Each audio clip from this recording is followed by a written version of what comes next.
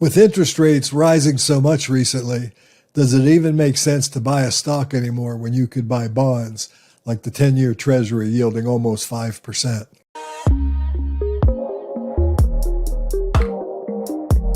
Hello everybody, this is Chuck Carnevale, co-founder of Fast Graphs, the fundamentals analyzer software tool, a.k.a. Mr. Valuation. And in today's video, I'm going to look at, at interest rates and the impact interest rates have had on certain categories of stocks. But I'm also going to talk about the idea of investors who are looking for income. Should they buy bonds? Should they buy stocks?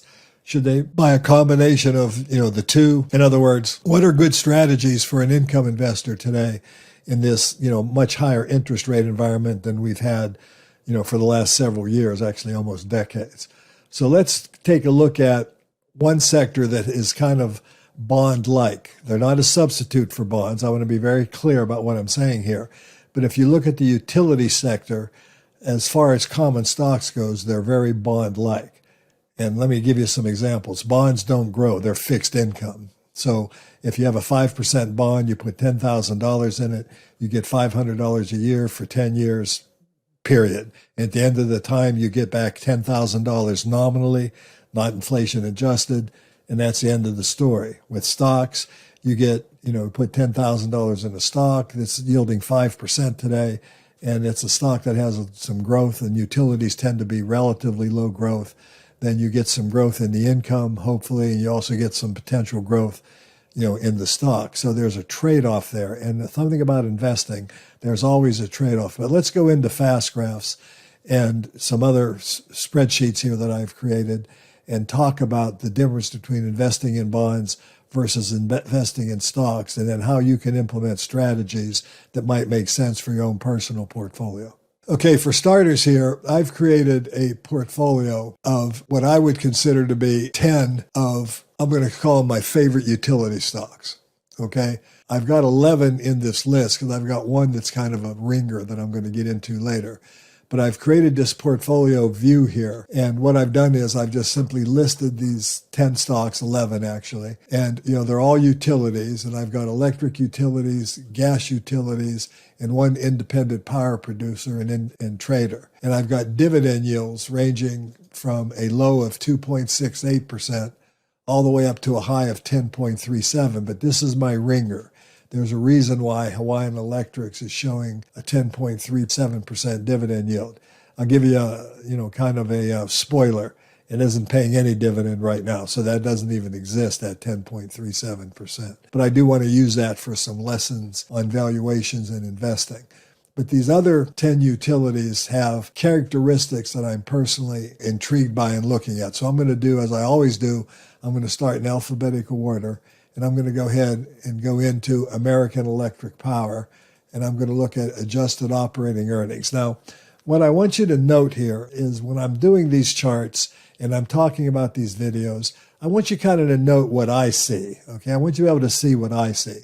So I'm going to shorten this graph a little bit, and I'm going to do most of these stocks under about an 18-year graph. This is, kind of starting at the Great Recession here going forward. And what I want to point out is what I see a business, in this case, American Electric Power, that has very, very relatively consistent earnings growth. They have the occasional hiccup where earnings drop a little bit. But generally speaking, earnings are very, very predictable, and they've grown at this, period of time that I'm measuring here, going back to 2008 through current, at just under 4% a year. Okay, not very fast, but it is growth. I do want to make that clear. All right, the company currently offers a dividend yield of 4.5%.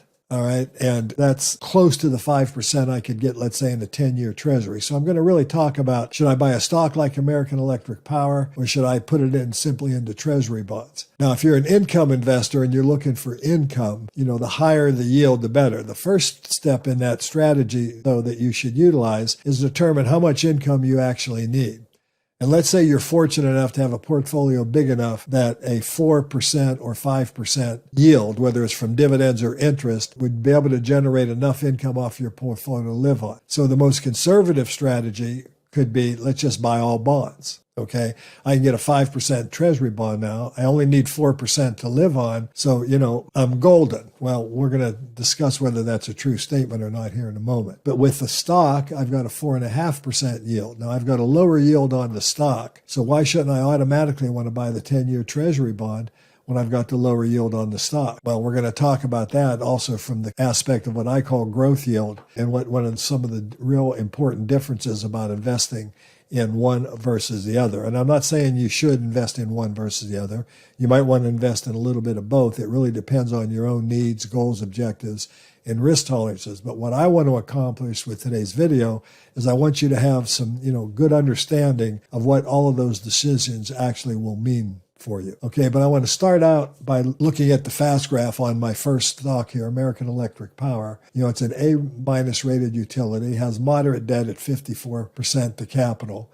It's currently offering a dividend yield of 4.5%. But what I want you to see is what I like and the kind of company that I like to look at, whether it's a utility or any kind of stock. I like to see as consistent of an earnings growth as possible, but there is no perfection in investing. Okay, and there is no perfect predictability in investing. There are some things that are more predictable than others, however. Earnings tend to be more predictable than price. Let me put weekly closing price on the graph. Obviously, the price is a very volatile line. It's, zigging and zagging, rising and falling, all throughout this roughly, 18-year period that I've got on the graph here. The earnings line, in contrast, has been a kind of a nice steady line. But the most predictable line on the graph is the white line, which is the dividend line.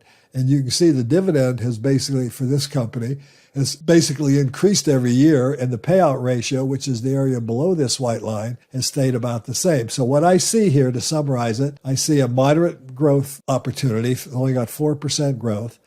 I see pretty predictable earnings. This is a regulated utility. I see a very consistent record of dividends, and I see prices giving me either opportunities or periods when I should avoid the stock all over the place. Now, if I go on to the next stock and look at AES, this is the independent power producer in energy. It doesn't have quite the consistency of what we saw with American Electric Power. Its earnings tend to be a little bit more volatile. There was a period here from 2013 through 2016, where we had some negative earnings growth. But all in all, it's pretty consistent, and the growth has averaged 4.3%. And once again, I can get a 4% dividend yield. It's a BBB- company that does have a lot more debt. But what I see here is a company that's reasonably consistent. I also see they've only been paying a dividend since 2012, and they've got, currently offering a 4.09% current yield. The next stock, and I'm going to go quicker now, would be Black Hills Power. And once again, I see, if I exclude this first year, I see some pretty consistent growth. Actually, let's chop 1 year off of this. I see about a 5% grower, more or less the same as I've seen with the others. I see a pretty predictable orange line. I see a very predictable white line. And once again, I see stock price volatility all over the place. The least predictable thing that I can focus on when I'm looking at stocks. If I go to the next stock, if I go to Chesapeake Utilities here, I'll go ahead and expand that out again. I see a stock that's grown at about 9% a year, so it's grown about twice as fast. Once again, I see a really predictable orange line. The company has really increased earnings, consistently year after year with only one hiccup, and that was in 2018. It was only moderate. It's still 2018 up to this point was still the second highest earnings year ever for the company. 355 was the highest in 2017. A very consistent dividend line, and once again, a very inconsistent price line. But I see also a very extended period of high valuation, which is really bad. But this is a faster growing utility stock. I'm going to go on to Eversource Energy here. Once again, I've got a very consistent earnings line, a very consistent dividend line, and again, a very volatile stock price line. And of course, you'll notice that with interest rates rising, all these prices have come down into fair value, which is at the orange line or below, or getting close to it if they're not already there. Here's Evergy, another electric utility. Once again, I see a reasonably consistent company, about 4.5% growth, a very consistent white line. And then here's the ringer, which is Hawaiian Electric. And we know about the fires in Hawaii. And, there's talk about this company being, blamed for the wildfires that burned up the city in Hawaii. And of course, the stock price is cratered, and they have eliminated their dividend. People like FactSet and many other websites, I just want to be clear, like Google Finance, are still showing this company with a high dividend yield. Google showing it with a dash, which means they're showing no dividend yield. If I go into a site like Yahoo Finance, for example, and I go into the summary section here, they're showing the dividend yield at 14.91%. Okay, but that's based on historical data. All right, I want to be clear about that. Okay, but the company has now suspended their dividend, so that's enough on Hawaii for now. Nextera Energy I recently covered. Once again, I see a very fast-growing utility, typically a lot faster than normal. I see very predictable orange line, very predictable dividend line, and then I see prices that are a lot more volatile, and I see an extended period of overvaluation, and the stock had moved real close to fair value. It's now kind of risen above it again. And then here we've got New Jersey Resources. Once again, I've got a reasonably predictable orange line. It is a little more volatile than any of the ones I've shown you so far, but once again, that white line is very predictable. And what I'm trying to get a message across here that I really want to, hit home, I'll go on with, One Gas, which is a gas utility, very predictable orange line, very predictable white line. As investors, we should be focusing on the things that are the most predictable, that we can count on the most to help us make better decisions. When you bring the price in, then we should be looking at investing when the price is at or below its fair value reference line, so that we're making sure that we're getting at least the opportunity to participate in the growth of the stock. Now, utilities don't grow very fast. Okay, that's, one of the other things I wanted to show by doing these, by going through these. If I go back, into the portfolio and look at the portfolio view here, I'll do that for you real quick. I'll go back to my portfolios. I'll do best utilities, which is what I call these. These are my favorite ones for now. And I go into, the dividend total return view that I've created. What I've got here is I've got earnings yields, most of them above my 6.5 to 7% yield that I like. We got Chesapeake and Nextera are still a little bit overvalued relative to what I would like. Their PEs are a little higher than I would like to see in a utility, but they are the two faster growing utilities. I do want to point that, and their dividend growth rates have all been, very high on these companies, or have been consistent on these companies. All right, so these are the 10 utilities that I like the best right now. There's all kinds of other utilities out there. And, I do want to be clear that I'm not showing every utility. I can look at a utility like Southern Company, for example. It has all the characteristics, but it's still trading at a valuation. It's a little high. I can look at Edison International, which I didn't include in this list. So I can look at other utilities here that, could have fit the bill. And Edison could have been one. But, its earnings growth was a little lower than the others, so I just simply excluded it. So I'm not covering every utility here. But what I am wanting to talk about is, if you're looking as an investor for income, should you buy stocks or should you buy bonds? All right? Or should you buy a combination of both? And should you put more money in stocks than in bonds, or vice versa? So let's look at a little spreadsheet here that I had my son Colton create for me. And I'm looking at a 10-year Treasury bond here on the left column that's yielding 5%. So the coupon is 5%. Now, what I want to be clear about, the coupon stays fixed. Okay, it doesn't change. It's $500 every year for 10 years, and that's a little bit of a typo here. That would be $5,000, where we add an extra $500 in here. So that would be $5,000 total. But that $5,500 adjusted for inflation would only be worth $4,700, the purchasing power. So the second year at 3% inflation, that 5% bond only had purchasing power of $485. And then by the 10th year, it would only had purchasing power of $372. Okay, the $10,000 original investment would be worth about $7,400, inflation adjusted. The total with the two, inflation adjusted, would be $12,260. That would be the fair value of the bond adjusted for inflation plus, all the interest income that it paid over time. If I compared that to Evergy, and I'm doing this as a back test. Okay, so let me go ahead and show you, what I've done here. First of all, I've scrolled out, the forecasts. And then I've only created this as a 10-year graph, right? And then I've calculated performance, based on this 10 years. And actually, I didn't adjust this quite right. I need to take this back a little further. Because back in fiscal year 2013, the stock would have yielded 4.62%. That's less than the 5% currently on a treasury bond. Okay, but I want you to notice, the column here, the dividend increased each year. All right, the dividends per share went from 136 to 140, 144, 152. This is the advantage of the stock. Now, this is hindsight. Okay, I'm going to admit that. Okay, and what happened in the future may not occur. This simply represents an opportunity, not a guarantee.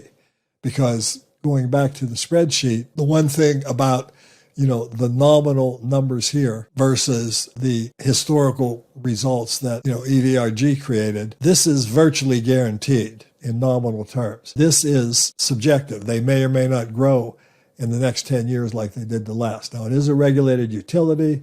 As I pointed out, going through the portfolio, this has a lot more, there's a lot more predictability in earnings here than you would with many stocks, certainly more predictable than the prices. But the point I want to get at is here that the advantage of owning a stock is that even if it starts at a lower original yield, eventually, if looking at it just from a standpoint of pure dividends, between the fourth and fifth year, it actually started paying more income, than, over $516 versus $500. So the next 5 years, you got significantly more income from dividends that were growing off of EVRG than you did from the fixed income of a bond. Plus, even though both were ravaged by inflation, because of the growth, your net present value of your total investment in the bonds ended up being $12,206 versus almost $21,473. And that's, this is a back test. This is looking in the rearview mirror. And the future may not be, the same. But if I'm looking at the future, historically, Evergy has grown at 5.61%. Analysts are forecasting it to grow at 5.18, pretty close. And the long-term growth is 4.32. So I'm going to get something like that possibly by investing in Evergy going forward, than what I got in the past. But here's the main point I want to make. Even though I have no guarantees of that, I have the opportunity for that to happen. In the fixed income investment, I've got zero opportunity for any of that to happen. I'm going to get the fixed $500 a year, and I'm going to get my $10,000 back in nominal terms, but they're not going to be worth $10,000. That's only that $10,000 only going to be worth $7,400. Where in going back 10 years, looking at Evergy, my $10,000 would have grown to $16,000, plus my income, would have actually been higher than the original $500. So, there is a trade-off here. When you're looking at the stocks, the stocks have an opportunity, but no guarantee. When you're looking at the bonds have, a complete guarantee if you're buying a 10-year treasury bond. But, inflation is going to ravage that. And I'm not even including taxes. I'm assuming all these investments are in tax-sheltered investments.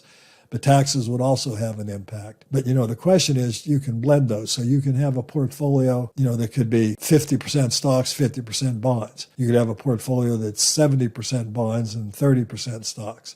And vice versa and everything in between. The point being is, you would want to design that portfolio that meets your needs. If you could get enough income off of a combination of stocks and bonds, then, you want to have the combination. If you're talking about the bare minimum, if a 5% yield is the absolute minimum income you need, okay, then, if you buy the bond, adjusted for inflation, your standard of living is going to be at risk. It's going to, decrease by, I'm using a 3% inflation rate in my assumptions here. Where in the stock, you could at least be partially keeping up and maybe slightly edging ahead. And your income off of your bonds would be decreasing every year by 3%, where your stocks, you would be maybe keeping up, getting a little bit ahead. The point is, the trade-off is you take more risk in the stocks, but you've got some opportunity to get ahead. In the bonds, you take less risk, but the reality of inflation means that you do get decimated. Now, if you only needed, say, 2.5% income, and you put 100% of your money in a 5% bond, that might be good because you've got a hedge there. You're getting 5%, you only need 2.5%.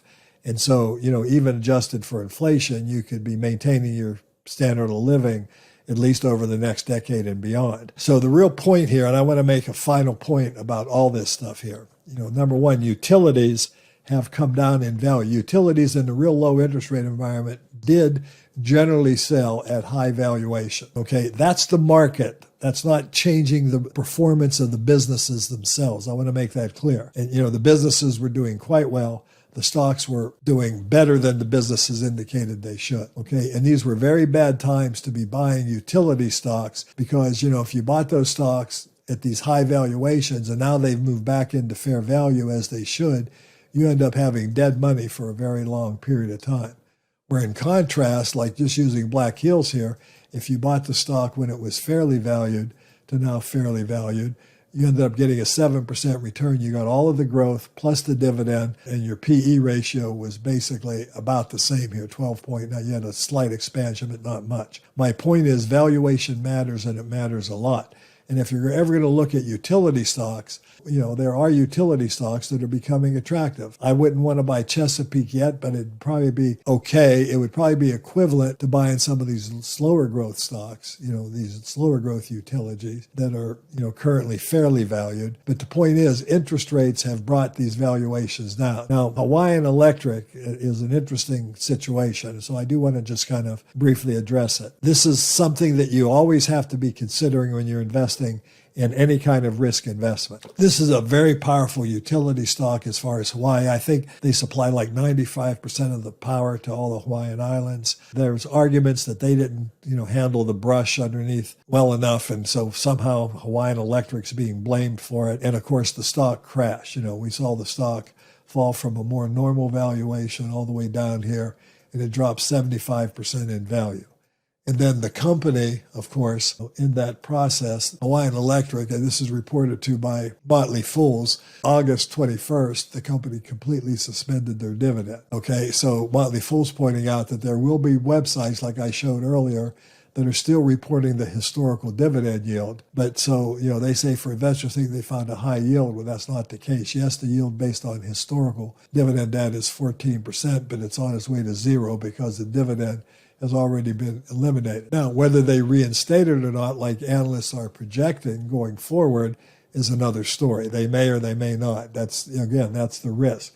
But you could certainly be buying this stock at an extremely attractive valuation that could produce very powerful future rates of return if the company got back to anything that resembled, normalcy going forward. Okay, and that would be about a, 18 PE ratio.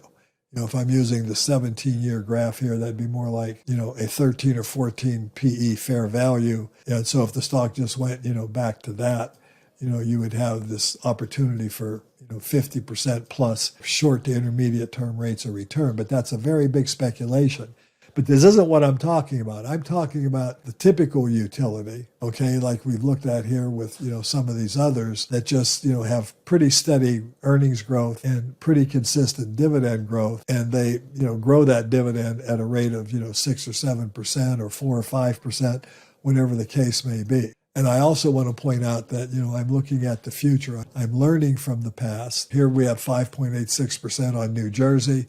Looking at forecasting, they're saying 5.24, long-term 7.6. So, that's more of the same as far as I'm concerned. Neither of these numbers are probably right. And once again, I think it's important to look at our forecasting tool and recognize that, the estimates have actually stayed pretty much the same on New Jersey for 2024. And this company has a September fiscal year. They stayed pretty much the same for 2023.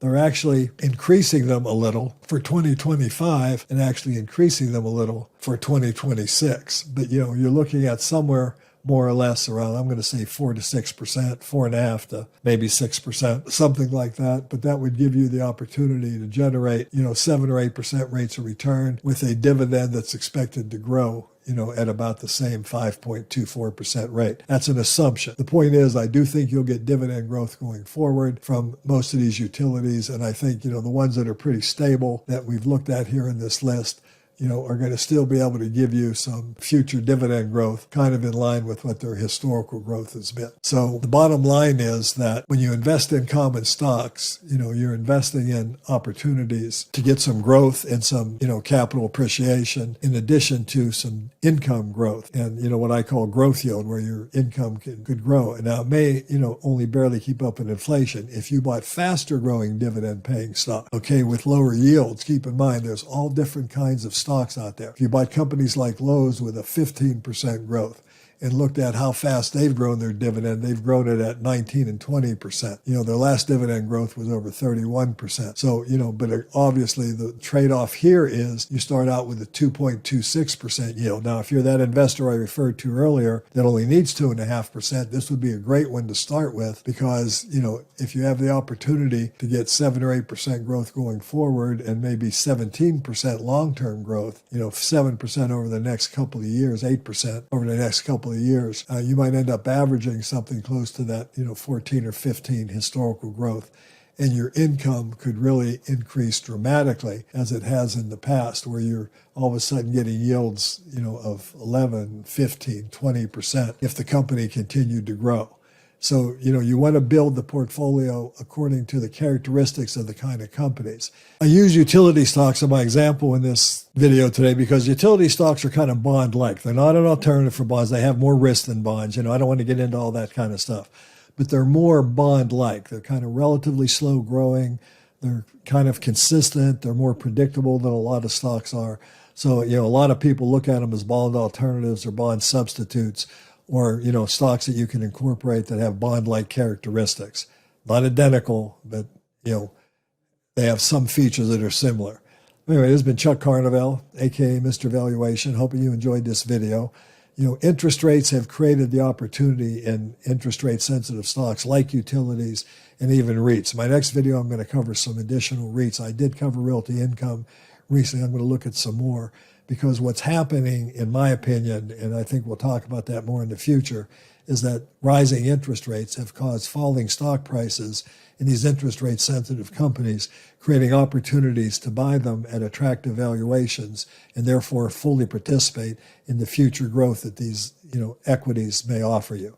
Thanks for watching. If you liked the video, subscribe to the channel, give me a like, ring the bell, and take a look at Fast Graphs. It's a great tool to help you make better long-term investment decisions and also understand better what type of companies you're investing in and what type of value, as Warren Buffett said, price is what you pay, but value is what you get. Thanks for watching.